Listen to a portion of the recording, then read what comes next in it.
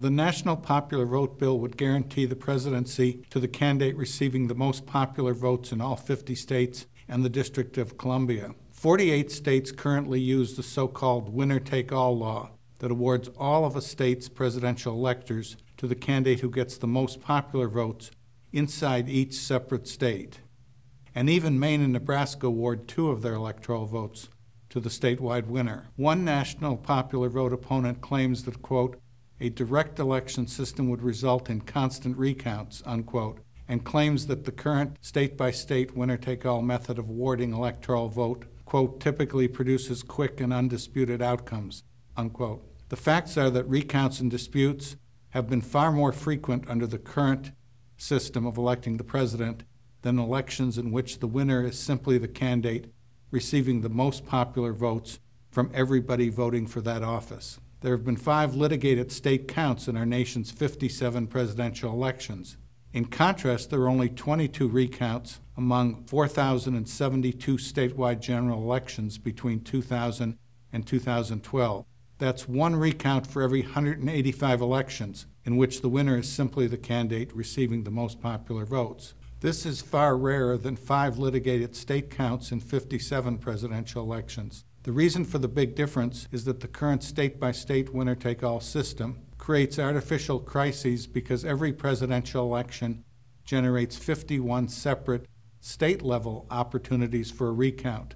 Given that there's 1 presidential election every 4 years, one would expect a recount about once in 740 years, that is 4 times 185, if the winner of presidential elections was the candidate receiving the most popular votes. In fact, presidential recounts would be even rarer than this because recounts become less likely as the pool of votes gets larger. Among recounts, the original outcome was changed in only 3 of the 22 recounts that occurred among the 4,072 elections studied. An average of only 294 votes changed in these 22 recounts. None of the nation's presidential elections has ever been close enough that a nationwide recount would have had any likelihood of changing the winner of the national popular vote. Defenders of the current state-by-state winner-take-all method of awarding electoral votes also claim that the current system acts as a firewall because it, quote, isolates post-election disputes to individual close states, unquote. But far from being a firewall, the current system produces artificial crises that would not have arisen if there had been a single pool of votes. For example, a margin of 537 popular votes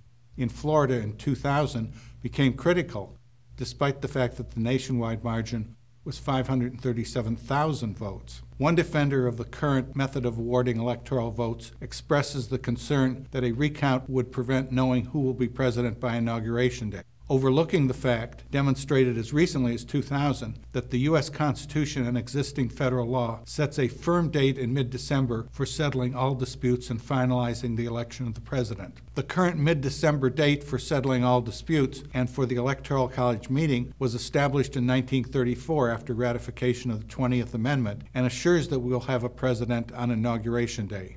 Another defender of the current system raises the possibility that a nationwide election for president could be, quote, close enough to warrant a recount, but a recount can't be conducted, unquote, without acknowledging that no timely full recount was conducted in Florida in 2000 or Hawaii in 1960. Because there is so little time between Election Day in November and the meeting of the Electoral College in mid-December, it is unlikely that a full recount could ever be conducted in any closely divided battleground state, given the numerous procedural delays built into existing laws.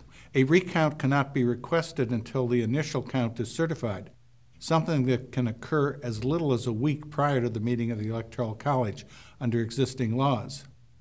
Existing state law in the closely divided battleground state of Ohio, for example, then prevents courts from setting a hearing for 15 days, and there's a 40-day period for depositions. In practice, the candidate who is ahead in the initial count will use the many available delaying tactics to prevent a recount from occurring before the single designated day on which presidential electors from every state must meet and vote. Improving state recount laws is one way to ensure a timely recount of a presidential election in the relatively short period between Election Day and the meeting of the Electoral College in mid-December. Such improvements are needed under the current system more than they would be needed under national popular vote. and state action would certainly be welcome.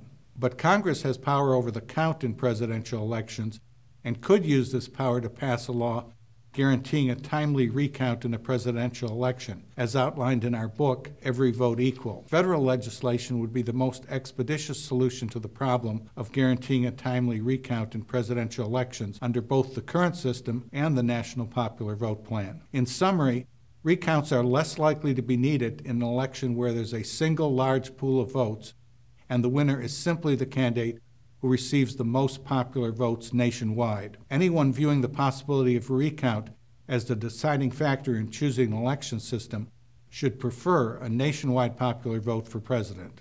Learn more at nationalpopularvote.com and from the book, Every Vote Equal, a state-based plan for electing the president by national popular vote, which can be read or downloaded for free or purchased from Amazon. You can help make 2016 the last presidential election in which 3/4 of Americans are ignored in presidential elections by emailing your state legislators at nationalpopularvote.com.